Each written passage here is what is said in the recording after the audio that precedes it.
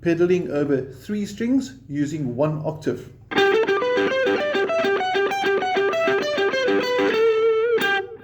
Sorry about the little, I just think it sounds cool. Okay, now what we're doing there for the exercise is we're taking the G major scale, so in other words this note is G, and that is fret 12 on the 3rd string. Okay, so the note G as we said, and we're going to go through the notes G, A, B, C, D, E, F sharp, and onto the octave G again.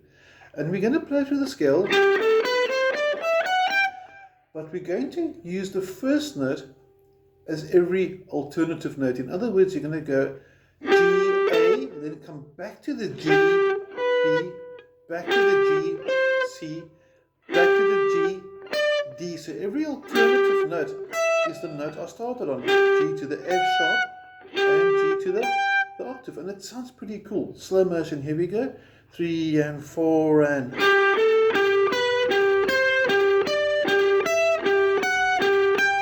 like that.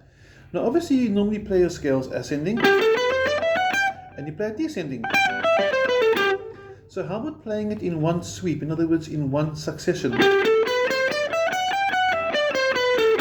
You got that? Maybe you practice it once or twice. And then add that same pedaling concept to that. So the whole way through, as you ascend and descend, every alternative note is the first finger which is tapping away on the side. It needs coffee. Okay.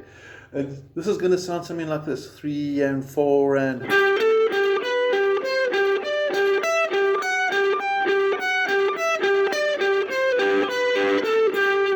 and a bit more faster.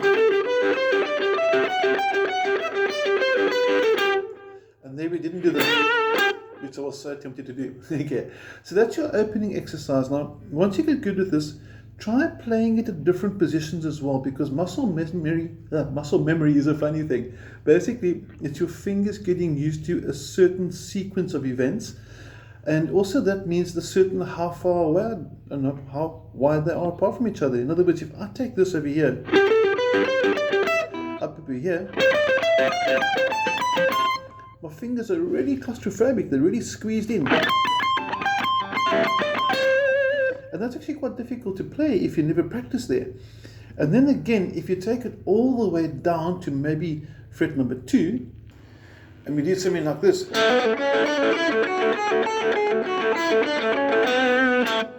There's a little string bend again. The fingers are much wider apart. So by practicing at different places, several things happen. First of all, your muscle memory, the sequence of fingers gets reinforced. But you're also exposing your ear to different keys. Like that, for example, would be A major. I could do it over here for C major.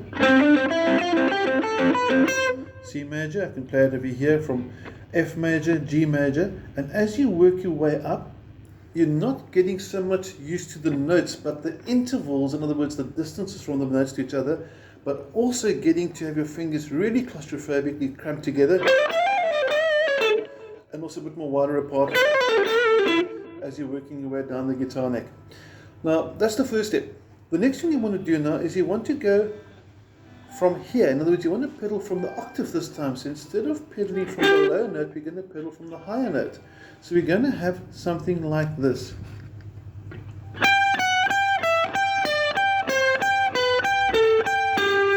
And the trick over there is to get that little hop with my pinky nice and clean, so this doesn't happen. That's noisy. So also when you're practicing, try and use a bit of overdrive, a bit of gain, so that if you got any unnecessary unwanted string noise, your gain will make it aware. So you'll actually hear if the string was. So that actually helps get your picking and your articulation with your fingers to be a lot more accurate. Okay, so here we go backwards. And then you can go backwards and forwards, so slow motion.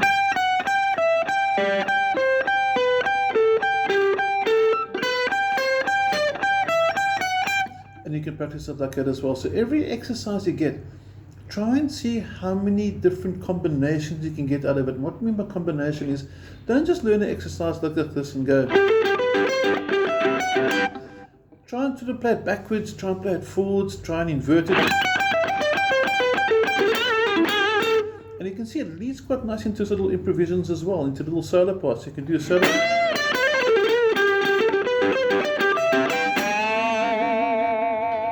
So it's nice that you can actually employ these exercises and actually incorporate them into your normal playing as well. They're not just finger disciplines, okay? Also nice for string skipping as well. A whole lot of reasons why you want to get this going. And I hope you enjoy the exercise, and I hope you have an awesome week. Take care.